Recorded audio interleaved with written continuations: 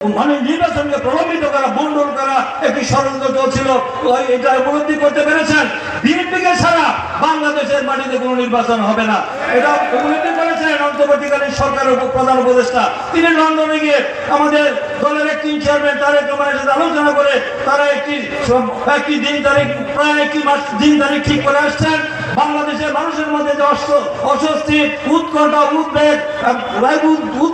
উদ্বেগ ছিল, আশঙ্কা ছিল দেশে নির্বাচন কখন হবে কি হবে না, সেই উৎকণ্ঠার একটি অবসান হয়েছে। মানুষ স্বস্তি নিঃশ্বাস ফেলেছে এবং সমস্ত রাজনৈতিক দল, আমরা দেশি বিদেশের এবং সমস্ত জনগণ তারা আশায় ছিল যে একটি নির্বাচন হবে। হঠাৎ করে আমরা দেখলাম গোলাপানিতে মাছ শিকার করার জন্য যখন তারা বুঝতে পেরেছে নির্বাচন 2026 ফেব্রুয়ারি মাসে হয়ে যাবে, হয়ে গেল তো বিএনপি 2/3 মেজরিটি নিরঙ্কুশ সংখ্যাগরিষ্ঠ শাসন পেয়ে 290 হতে পেয়ে যেতে পারে।